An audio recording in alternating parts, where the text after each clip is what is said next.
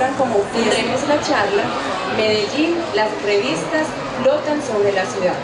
Conversan Fabián Castaño, poeta y codirector de la revista Mecánica Celeste; Carlos Ciro, poeta y codirector de la revista de poesía La Bisagra; Óscar González, poeta y codirector de la revista Punto Seguido; Víctor Bustamante, director de la revista Babel. Quien nos convoca hoy a esta charla son Babel, Punto Seguido, Mecánica Celeste, La Bisagra y La Ciudad. Vamos a ver un corto video y luego daremos la palabra a los invitados.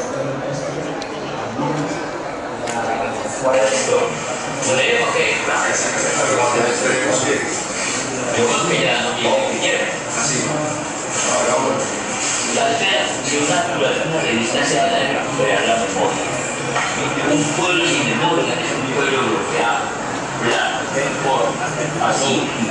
Por eso mismo, cometió las cosas del eslavo antiguo. Las revistas culturales tienen por particularidad celebrar las cosas del arte y de la literatura, y de esa medida intentan visualizar la memoria sensible, lo cual quiere decir valorar el más alto grado de la libertad en que vivió una época o un tiempo determinado feliz. El arte y la literatura asumen por tarea el ejercicio de la libertad, es decir, iluminar un matiz de reflexión.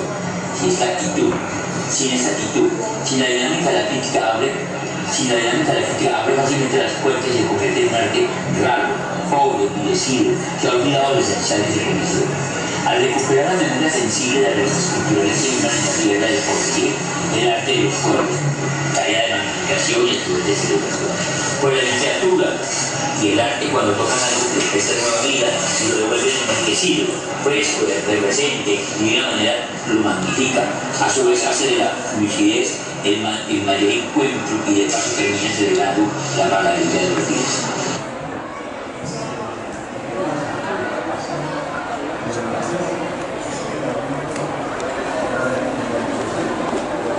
Ya no. Buenas tardes a todos. Vamos a iniciar entonces esta tarea donde hemos concurrido en esta tarde a realizarla, a que podamos desarrollarla.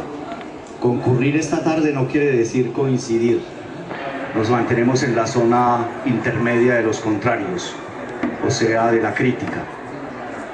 Este conversatorio que vamos a realizar con ustedes dedicamos a la memoria de un gran amigo que ha muerto hace 15 días, traductor de nuestras revistas y que participó como autor de nuestras revistas de esta ciudad, el querido Carlos Ortega, a quien vamos a dedicar y hacer memoria en esta conversación de esta tarde con ustedes, y no solamente con ustedes, entre nosotros será esta conversación, y él estará entre nosotros para que también pueda sacudirnos a su manera y con su manera de traductor de excelentes y extraordinarios poetas con los que participó con nosotros en esta aventura intelectual y literaria. Buenas tardes. Revistas literarias independientes de Medellín. Nos asume el asombro, la persistencia, la necesidad de generaciones por dar su voz, la unanimidad de saber y de querer ir construyendo una obra, así sea entre minúsculas o mayúsculas, pero sobre todo saber que todo lo que hacemos dialoga con ese devenir de revistas, ese devenir de poetas y esa presencia intelectual que nos está redefiniendo constantemente. Nos anteceden revistas como Pánidas, Valiosa, revistas como Nadaísmo 70, tanto pues saltos al vacío muy grandes, pero ahora somos quienes estamos escribiendo en Medellín de una manera apasionada, de una manera letal y de una manera digna, ¿cierto? A las revistas siempre las asume lo efímero. Ahora hablaremos de revistas que duraron 1, 2 números, de poetas que no volvimos a ver, de poetas que la pasión les duró poco, pero también tenemos una revista como Punto Seguido, como Babel, como La Bisagra, como Ciudad, como Mecánica Celeste, que estamos dando como esa pelea, esa lucha, porque la poesía independiente, la poesía que quiere expresarse y buscar otras formas, esté presente. Ahora en este conversatorio vamos a dar una visión de esta presencia cara y valiosa en la ciudad. Entonces, Oscar, sería muy interesante que nos hablaras de por qué hacer revistas, cuáles revistas admiras, qué revistas nos vas a traer hoy como una especie de presencia en esta ciudad tan caótica pero tan amada a veces. Bien, nosotros en la construcción, llamémoslo así, de mantener una cierta tradición, aquí quiero que se nos entienda o se conciba tradición como aquel constructo que se hace de un tiempo a otro, de una época a otra, en cuanto a no mantenerla en el sentido de construir una coherencia o consistencia a veces equivocada en cuanto a quiénes hacemos historia o quiénes vamos a quedar en la historia. Existe quizá esa preocupación en muchos, y quizá esa preocupación que mueve a muchos sea también de una extraordinaria intensidad, de un poderoso carácter. Pero el mío, por lo menos en lo que he realizado, ha sido un carácter más bien constructivo, destructivo, en la inminencia de la necesidad de hacer las cosas, no para hacer concurrir la historia ante nosotros, sino para nosotros concurrir ante ella, para nosotros hablarle a ella, y no que ella nos hable a nosotros y nos involucre en sus mundos, en sus tareas, en sus necesidades, en sus circunstancias históricas. Entonces, básicamente he buscado desasirme un poco, vaciarme un poco del sentido de la historicidad para intervenir en cada una de las tareas que hemos realizado, básicamente como hijo de las revistas colombianas, de las revistas antioqueñas, pero básicamente de las revistas mundiales, de las revistas del mundo, con quienes hemos tenido contacto, con quienes hemos hecho toda una construcción, hemos creado toda una estructura de revistas en el mundo. No solamente los que estamos aquí esta tarde-noche hablando, sino también lo que eso ha contribuido a hacer presencia, relevancia, trascendencia de la ciudad.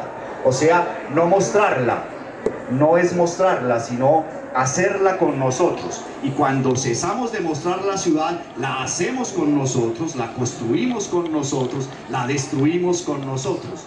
Entonces, la revista también, o las revistas en las que he intervenido, las que hemos realizado, han tenido siempre ese telos o propósito, como decían los griegos, esa intencionalidad irrevocable, ¿cierto?, sostenida sobre la insoslayable condición de la libertad, que esa sí no es efímera, Víctor, ¿verdad?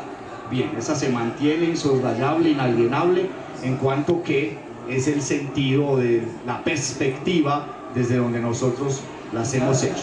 Decía hijo de revistas de esta ciudad también, como Acuarimántima, como Siglótica, como la revista que hacía Gabriel Jaime Caro en Nueva York, que se llamaba Realidad Aparte, Babel, La Bisagra, Mecánica Celeste, que ha sido, y punto seguido, pues yo creo que ahí está mostrada un poco también esa tarea, en cuanto que entonces la revista siempre hemos intentado es proyectar lo que hacemos acá, y ese acá tan problemático, ese acá tan insistido en muchas de las revistas o publicaciones que tenemos, en cuanto a que estamos hablando de un medio, en cuanto a que estamos diciendo de una ciudad determinada, pero ese acá, ese terminacho, ese término tan equivocado de los escritores de acá, de los poetas de acá, ya en el mundo contemporáneo, en el mundo de los ciudadanos del mundo, de esos citoyens de los que hablaba Juan Jacobo Rousseau y la Revolución Francesa,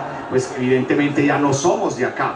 No somos de acá en la medida en que estamos comunicándonos, estamos mediando con el mundo, estamos haciendo un intercambio con ese mundo de artistas, de escritores, de movimientos estéticos que se han dado o que se dan en el mundo. Cuando inicié en el año 1986, por ejemplo, una revista que llamamos Cantidad Hechizada, de la cual allí hay un número que es el número 3, que realizamos entre 1986 y 89, ese era mi propósito, o sea que entre el mundo occidental nos pudiéramos relacionar con el mundo oriental también, y sostenía en ese entonces, no ahora, sino en ese entonces, que el mundo oriental y el mundo occidental se mezclaban, se comunicaban, se transmitían absolutamente entre sí, y que había una relación que nosotros no podíamos asir, ni concretar, ni demostrar, sino que se mantenía en un mundo invisible, en unos contactos que no podíamos determinar ni concretar, pero que estaban ahí, en cuanto a que se mantenían principios inalienables en el ser humano, que son la libertad, el sueño, la imaginación, etc. En cuanto a esos principios básicos del ser humano, existe solamente escritores, existimos solamente escritores en el mundo. Bien, en cuanto a que la medida en que estamos tratando de hacer eso, buscando siempre que tuviéramos una relación con el mundo oriente-occidente, como lo proponíamos allí. Después hice una intervención con punto seguido con quienes coincidí en un momento determinado hace 32 años, eso ya no lo cuenta sino coincidimos allí en una tarea que ellos estaban realizando. Sentí que podía caber como ahí en ese medio donde ellos estaban, con lo que estaban haciendo y con totalmente el carácter de cada uno, con la inclinación de cada uno, con las obsesiones de cada uno, que eso es lo maravilloso de las revistas, que es que todos podemos no caber, sino que todos podemos ser incluidos en la medida en que pueda cada uno sostener desde sí mismo su radicalidad crítica, su exotismo, su excentricidad de la búsqueda, su carácter de búsqueda extraordinaria, o de eso que Francis Picabia, ese artista maravilloso que publicó una revista que duró un solo número, 398, ¿cierto? Entonces hacía también, es decir, si cada quien en su yo, en su esencialidad se mantiene sobre eso, pues evidentemente que las revistas van a fructificar, van a prosperar y se van a incrementar entre nosotros, porque ya no tenemos esos radicalismos obtusos. Si usted no es tal cosa, no cabe acá. Si usted no es esto, aquí tampoco puede ser incluido. Ahora nos incluimos todos, porque cada uno de nosotros mantiene su carácter crítico, su carácter de la estructura de su sensibilidad y el destino inexorable de la presencia inminente de su muerte ante nosotros. Bueno, de la presencia de nosotros en este momento no solamente es un enlace, no solamente una continuación de todo el trabajo anterior de hace casi 100 años de la literatura de Medellín, sino que también hemos hecho un corte histórico donde cada uno de nosotros no solamente hablar de su revista, sino de la presencia de otros. Ahora tenemos aquí al poeta y ensayista Carlos Ciro, también traductor, quien sería interesante que nos contara lo siguiente. Para ti, ¿qué es una revista literaria? Y también, dentro de esa tarea que nos pusimos, ¿qué noticia nos traes de esas revistas que vas a mencionar? Sí, Víctor, siendo tal vez un poco desordenado, yo quiero empezar agradeciendo la presencia de ustedes, interrumpir esta caminata y sentarse con nosotros a mirar hacia atrás y hacia adelante a estos papeles que ruedan en la ciudad, que han rodado, como dijeron Oscar y Víctor, los últimos 100 años, atados de algún modo al territorio, a nuestra memoria, y acompañando y revitalizando la memoria de la ciudad. Hay una cuestión fundamental para todas las revistas, y es el hecho de la lectura. La lectura, que es lo que convoca además este evento que nos acoge, la fiesta del libro, es algo que en nuestro momento está de algún modo atrapado casi siempre se lee entre otras dos cosas. Es algo que se lee, es algo que se hace robándole tiempo al tiempo, todo por la primacía o más bien por la opresión que nos causa el imperio de la economía, y sobre todo por la tergiversación que ese término ha tenido con los años. La economía, ese oikos nomos, ese gobierno de casa, que hoy en día, empezando por reducirse a las finanzas, a lo financiero, parece convertirse solo en moneda, y esa moneda que tal vez muchos dejamos de oír ahí, a moneta, un epíteto de la diosa Juno, que es un sincretismo romano para la diosa Mnemosine griega, y ahí está de nuevo la memoria, una cosa que se nos escapa con facilidad, pero que es lo que trata de mantener, o lo que tratan de mantener las revistas, una memoria y una apertura. El recorrido sería incesante, hay muchos puntos en los que vale la pena detenerse, muchas revistas que tal vez tuvieron solo un número de 15 páginas, 16, 20, una sola página, y otras que tienen 60, 300, 500 páginas, y que circulan y han circulado a lo largo de estos años en la ciudad. Ha habido en nuestra ciudad una gran proliferación de estas publicaciones, pero no es un asunto exclusivo de Medellín tampoco. Son muchas las ciudades del mundo en las que uno puede encontrar también esa proliferación, esa necesidad plasmada en papeles de acompañar los días con algo de poesía, con algo de literatura, con algo diferente, para ganarle esos tiempos al tiempo en esos espacios de lectura.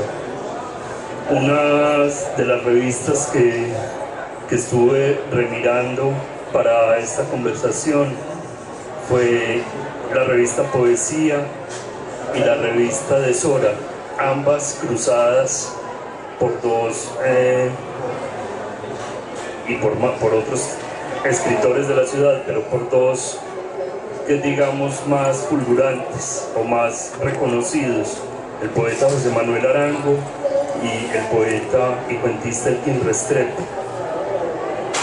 Está también una pequeña revista de solo 3 números que impulsó sobre todo el poeta Tarcisio Valencia y Juan Diego Tamayo desde la Universidad Pontificia Bolivariana, donde Tarcisio tenía un pequeño taller, un club de lectura de poesía. Yo asistí a muchas reuniones a comienzos de los 90, entre el 92 y el 96 más o menos, a ese lugar, el Eusis. Digo lugar porque era un cuartito al lado de la piscina de primaria en la Universidad Pontificia Bolivariana, y ahí leíamos algo de poesía. A veces iban poetas de la ciudad reconocidos y nos hablaban un rato, nos leían su obra y cosas así. Tarcisio impulsó esta revista Misterio Leucino con una factura particular, atractiva, diseñada como hojas sueltas que podrían perderse, lista para irse con cualquiera.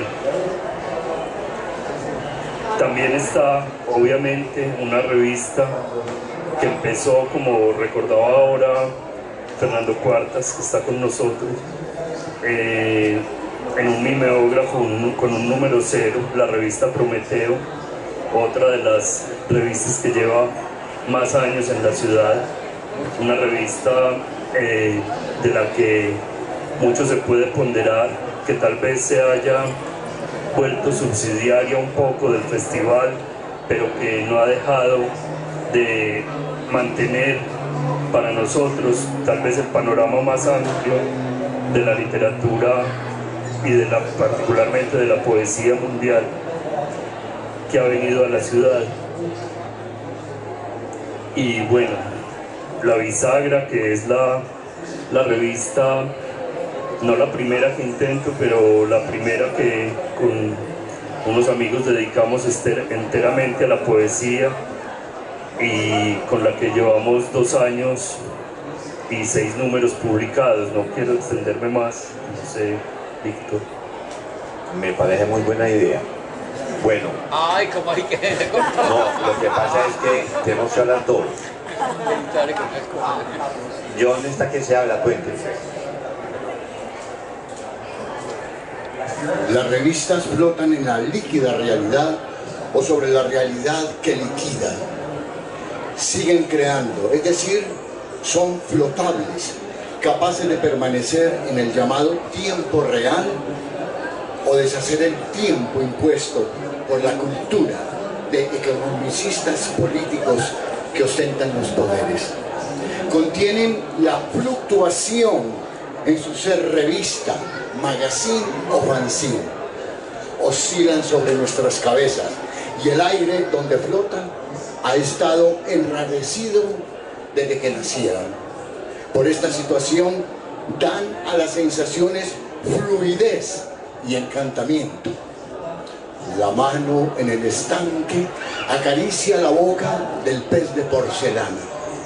Aunque son fluidas, no necesariamente toman la forma del lugar que ocupan. Se tornan asimétricas, trastocan conceptos, modales y formas de vida impuestas por las grandes rotativas y las producciones en serie. Ya sea la edición 0 o la primera edición, fluyen a lo largo de su corta vida, cuya impronta nos concierne. Impresas en soportes de papel, desafían la ley de la gravedad. La revista guarda el gran original. Flotamos para no ser reducidos a cenizas. Nos han antecedido audaces revistas que desde 1960 flotan sobre la ciudad, en este tiempo de infamia que nos tocó vivir con la revista El Corazón del Libro.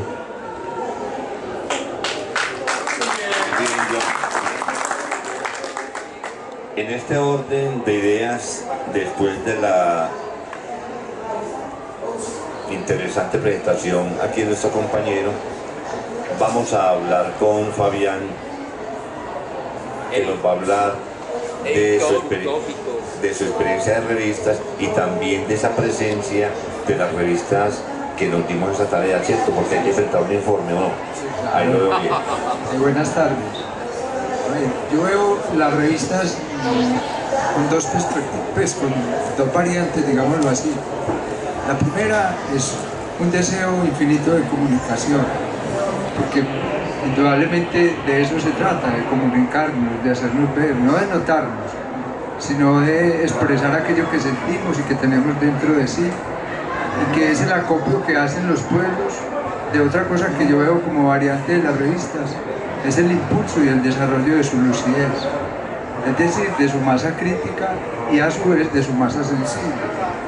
Dos aspectos fundamentales que tocan el quehacer de las revistas, que son la lucidez en el sentido de cómo los diferentes partícipes de un pueblo o sus artistas asumen aquello para lo cual tienen como el objetivo, digámoslo así, de soslayar la crítica, es decir, no integrar el aspecto del desarrollo cognitivo, digámoslo así. Entonces, esos dos aspectos, la lucidez y el quehacer de la comunicación, son dos aspectos esenciales en lo que hace la revista. Yo he sido digámoslo así, un lector de periódicos, y antes de hacer mis revistas, como fue El Transeúnte o Pintura Fresca, para mí era muy importante que en los años 80 o en los años 90 aquí había mucho periódico literario, digámoslo así, suplementos literarios, y casi todos los periódicos tenían como ese juego, tenían cada 8 días, sacaban aspectos esenciales, digamos, de lo que yo digo la lucidez o de la sensibilidad. Entonces desarrollaban un poeta, mostraban el matiz de un artista, y a raíz de eso nos hemos quedado como sin esos suplementos literarios. Mecánica Celeste tiene como un piso de eso, y El Transeúnte también tiene un carisma de eso. El periódico que hicimos a principios de los 2000 era ese deseo como de volver a rectificar sobre esa masa lúcida y hacer hincapié en lo que hace la literatura y el arte, porque siempre me parece que es una gran mistura que debe ir acompañado con todo lo sensible, la literatura y el arte. Bueno, ahora les cuento una pequeña historia. Dentro de las revistas que nos hemos repartido nosotros, hay una presencia que es cara porque la hicieron amigos escritores que se van para Bogotá. Y para Nueva York como Oaxaca. Nadaísmo 70 es la revista paisa de los nadaístas en Bogotá, pero ellos la hicieron ya al final de este movimiento, cuando ya todos se habían sido absorbidos habían sido ya desactivados y absorbidos por el sistema. De todas maneras es una presencia grata, una presencia provocadora, con sus desnudos, con su parte erótica, con los poemas de Amílcar de Cavafis, que empieza a darlo a conocer. Claro, antes había hablado necesario de ellos, pero es muy interesante porque está una revista no en el exilio, sino una revista en Bogotá, donde los nadaístas empiezan a hacer un poquito de ruido, pues ya al final, como decía, hay una presencia también muy extraña, también paradójica, que es realidad aparte, donde está un gran amigo ausente, un amigo presente, que ahora está en Nueva York, que es Gabriel Jaime Caro, que había hecho la revista Ciclótica aquí, acá la vemos. Miremos que se van cristalizando y se van creando lazos de convivencia ya, donde realidad aparte tiene como 20 y pico, 30 números, no sé, pero uno ve una revista muy hermosa, muy diseñada, y donde hay presencia de escritores latinoamericanos, y donde también están las primeras armas literarias, por supuesto, de escritores de Medellín y del país. También en contacto con Oaxaca, un amigo que se llama Ricardo Peñavilla de Santa Lucía se va para Nueva York y funda una revista que se llama Casa Tomada, y también una revista que se llama Poesía. La Eñe. Y la en sí. Entonces miremos que los paisas así nos vamos, para los paisanos, los amigos de Medellín se vayan para otros lugares, está esa vena poética y esas ganas de seguir escribiendo.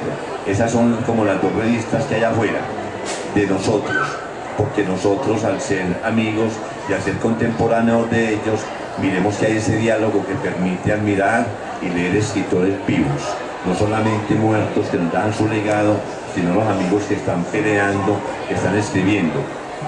Dentro de ese informe, que con mucho gusto les cuento, hay 3 revistas en Medellín. Pero primero hablemos del Laberinto Lunario, que se desprende de Punto Seguido, esta Mecánica Celeste que está muy cerca aquí al joven Oscar González, lo mismo que Cantidad Hechizada, ¿sí o no? Entonces miremos que es ese deseo abrumador de estar produciendo y creando. En Versalles nos dimos la posibilidad de este encuentro. Allá nace Babel, la revista que dirijo, la revista que es de patrimonio en este sentido. Me gusta entrevistar a los escritores vivos y hacerles preguntas, las preguntas que nadie les hace, pero en el sentido de irnos con ese don Oscar González, que nos va a hablar detalladamente de esos tres o cuatro proyectos literarios, y también que hace radio, y aunque nunca nos invita, le decimos que lo queremos mucho. Así maneje ese pequeño poder, ¿cierto? La radio es un endemoniamiento, no es un poder. Yo leí lo que es. Yo no sé si ya ustedes quieren intervenir. Víctor es el que está moderando pues entre nosotros, ¿no? Pero después sí puedo, sí. Bueno, comienzo con la última palabra que usó Víctor Bustamante, que se llama poder. A mí no me interesa el poder. La historia del poder he cedido eso a otros, ¿cierto? Y la única voluntad que quisiera tener sería la voluntad de poder de Federico Nietzsche. Bueno, entonces creo que no alcanzo ya a tenerla. Entonces tampoco me interesa ni me inclino ante el poder. Odio todas las relaciones de poder, las contrataciones, los contratos, las contracciones, las fracturas, las fisuras, las escisuras, las hendiduras que causa en nosotros el poder. Odio el poder. Entonces nunca, ni una sola tarea que he realizado en mi vida tiene que ver con el poder. Y si tiene que ver con el poder, debo entonces invocar a la poeta Eunice Odio, que dice, dos puntos, comillas, mayúscula sostenida, negrita Times Roman 8000. La poesía es el poder. Cierro comillas. ¿Bien? Entonces, Víctor, la otra semana vas a ver el programa. O sea, cedo el poder. Y si usted se entrevista, se autoentrevista. Bueno, voy a la tarea que me preguntaste de 1 minuto. ¿Cuánto me va a dar? 1 minuto. 2 minutos. Carlos Ciro, recuerde, 2 minutos. Bien, esa tarea que hacemos, yo la llamo siempre tarea. Nunca la he llamado de otra manera, porque trabajo no me gusta, sino tarea. Las tareas que hace Ulises cuando va a buscar, cuando abandona a Penélope y se va a realizar las 13 pruebas que los dioses le imponen como condenación o castigo. O sea que la iniquidad ha existido todo el tiempo, de tal manera que lo que hacemos nosotros es ir a buscar otros mundos para traerlos de nuevo acá. Y esas instancias no son relaciones de poder, sino búsquedas de quimeras, incitaciones o provocaciones del sueño, realizaciones del reclamo maravilloso que un ser humano debe tener ante sí mismo, o sea, de aquello que el poeta René Char llamaba cómo hacer ante el desconocido de sí mismo, cómo hacer ante el desconocido que tiene uno ante sí mismo.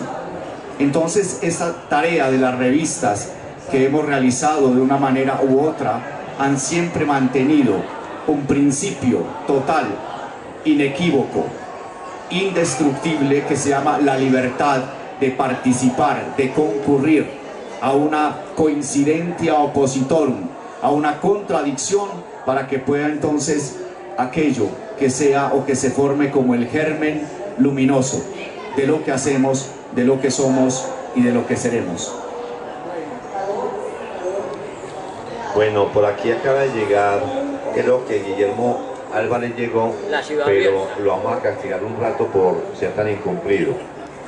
Nosotros hemos sacado un pequeño informe, un texto diseñado por Isabel Cristina Bustamante, que no es prima mía, sino una poeta de la ciudad, también por su hermano Andrés, donde hay una pequeña reseña de revista. Es un comienzo porque el trabajo es un poco largo, dispendioso, donde no podemos dejar que nuestros escritores de una revista se pierdan, o de 2 o 3 poemas que son todos valiosos. Ahora le preguntamos a Carlos Ciro, dentro de esas otras revistas que faltan, ahorita que está hablando de una forma muy concienzuda sobre ese aspecto de Tarcisio y Misterio Rebusino, a ver si en las otras revistas también nos contás sobre eso. No podría, por más que quiera. Tal vez varias de las revistas de la ciudad estén asociadas innegablemente y necesariamente a pequeños grupos de poetas, grupos de amigos que se encuentran y en la deriva de la conversación deciden. No sé si es el momento para preguntas, para intervención o falta. Bueno, aquí hay una cosa que no podemos dejar pasar de lado, y es que el joven Fabián tiene una beta poética y un poquito de medio pornógrafo como yo, y decía ahorita que estaba muy pegado para hablar, pero él ahora ya se va a despegar esa lengua y nos va a hablar todo lo que quiera. Tiene 2 minutos porque van las preguntas enseguida. Bueno, yo creo que el fundamento esencial al juntarnos a hacer una revista o un periódico tiene que ver con aquel, no sé si lugar común, pero entre comillas, de hacer visible lo invisible. Es decir, sacar aquellos tonos que por la dificultad, por la manera de ser o por las cosas no se pueden poner digámoslo así, en función. Entonces un periódico o la revista tal y como la concebimos, o como la he concebido yo, como la he concebido Óscar, o como la ha concebido Carlos, sin atreverme pues a ponerle un deber ser a ellos, es precisamente eso, es hacer visible aquellas voces que por diferentes maneras no se hacen, no pueden llegar a consolidarse. Y como dice Víctor, hay poetas, escritores, y eso es lo que de alguna manera también nos ha interesado mucho en Mecánica Celeste, un proyecto que hago yo, que es tratar de siempre sacar un poeta o un escritor de la ciudad y darle como ese vuelo tan fundamental y como ese impulso, digamos, ese empujón para que el salto al vacío tan necesario para el escritor, y que a su vez ese impulso de comunicación del cual he dicho que es el fundamento de todo escritor o poeta salga, es comunicarse, y a veces no tenemos los medios, o a veces la ciudad no tiene las facultades para sacar a todos aquellos que merecen ser pues, resaltados, digámoslo así. Entonces el trabajo, dicen que es una quijotada más, pero yo pienso que también es el desarrollo no de la quijotada, sino de la búsqueda de esa infinita comunicación, de ese deseo de buscar la lucidez de un pueblo de una época determinada. Por eso, ahora que hablamos de la memoria, las revistas se constituyen finalmente en eso, como en la memoria sensible de una época determinada. Eco, por decir algo, o Mito, desarrolla la sensibilidad de una época, y allí tenemos espíritus tan bonitos como Nicolás Gómez Dávila, espíritus que de alguna manera pasaron por esas revistas, Ernesto Volkin en Eco, pues ni hablar de la cantidad de escritores que por allí pasaron. Entonces, y lo mismo pasó acá. Aquí teníamos en los 80, entre los 80 y los 90, una masa de suplementos literarios muy lúcidos, y en los cuales uno podía abreviar o abrevar, digámoslo así, o consumir o tomar las potencias sensibles que se estaban desarrollando en ese momento. Entonces, las voces como de Carlos Bedoya, Carlos Pacelli, en El Mundo Semanal, las voces del mismo Raúl Henao, de mi amigo Óscar, de mi amigo Víctor, digamos que así nos hemos podido conocer de alguna manera y leernos, como observarnos, mirarnos en el espejo de la creación. Entonces, ese es, creo yo, básicamente el sello de una revista, el que una época o una generación determinada se pueda ver a través de ese sello bello y hermoso que se llama creación. Y ese es el impulso y el aliento más fuerte y el, digamos, el alien que lo domina a uno en el instante de hacer un periódico o una revista, dejar como, no una marca, sino poner ese sello sensible de la época determinada que nos toca vivir. Bueno, antes de la cuestión de las preguntas, una pequeña mención a Gustavo Zuluaga, que ha estado involucrado en proyectos como otras voces, que ahí está en el video, está también en Imago, una revista de Copacabana, y está también ahora de una revista interesante llamada La Musa Sonámbula, ¿sí? Entonces, como para no dejarlo de paso, que una otra de las revistas que debería estar aquí. Ahora está Luis Fernando Cuartas con una moción de censura, que venga, no, eso está muy bien, que vengan las preguntas de las personas que hay aquí a las cuales les agradecemos mucho. Entonces, yo creo que es como volvernos a centrar un poco en el asunto de este conversatorio, de este encuentro. Y hay revistas que normalmente nacen en la ciudad, aquí en el centro de la ciudad. Hay proyectos como Citibundas, que son de Pedregal. Hay proyectos como Copacabana con Inmago. Hay un encuentro de poetas que constantemente que tiene la publicación en Barbosa. Hay gente que ha hecho publicación en Itagüí, en Envigado, como la revista Maya. O sea, no podemos dejar de delegar ese tipo de otras acciones como lo que fue Asfalto, como lo que fue Zócalo, como lo que fue otras revistas como Rana Verde. No podemos olvidar el impulso creativo de pelados muy jóvenes. En el época estábamos imberbes todavía y hacíamos pilatunas para poder conseguir recursos suficientes para hacer una revista. Lo que yo tengo como admiración en este momento es que, a pesar de las tecnologías, a pesar de los celulares, a pesar del internet, todavía sobrevivan revistas de literatura en papel, porque es casi una terquedad impresionante, una manera de encontrar con el otro de una manera diferente a la pantalla, que es distinto hoy en día. Hoy en día podemos bajar revistas virtuales en cantidad. Con respecto al Laberinto Lunario, sí, estábamos en una época naciendo la revista Punto Seguido, creo que la mostró acá, ya tiene el compañero, y es una revista en papel, lleva 30 y pico de años de existencia en Medellín, lleva mucho tiempo existiendo, gracias también al esfuerzo de la gente que ha trabajado con la revista, como Oscar González, John Sosa, Carlos Bedoya, y en gran parte mi persona también. Pero es una revista que mantiene precisamente con ese ahínco. Pero no podemos olvidar tres cosas antes de terminar ese asunto. Primero, los editores. María Eugenia Sierra está ahí sentada, editora de 3 o 4 libros, creo que fueron 5, de Poetas en Abril. Poetas en Abril nos auspició que la poesía que circula de Medellín pueda ser conocida entre todos nosotros.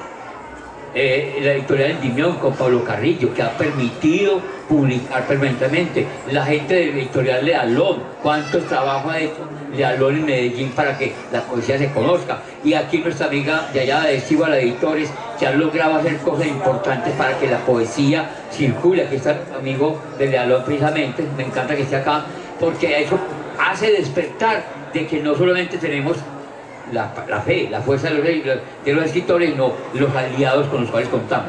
Y un aliado importante, ahora que mencionamos a Carlos Ortega, son los traductores. No es lo mismo coger y pegar de una parte que hay invitado especial, como decían hace 25 o 30 años, invitado especial Leris, y la poesía recortada de un librito, la piloto así, tomado fotocopista ahí, y no. Ahora en esta revista hemos logrado mantener la traducción como un requisito importante. Traducciones de Oscar Bedoya, de Oscar González, traducciones de Eugenia Sánchez de Bogotá, traducciones de Millancotes, Carlos Ortega, este muchacho Betancourt, que fue un personaje importante en la traducción de poesía. O sea, sin los aliados no contaríamos la revista en este momento, la potencia que tenemos.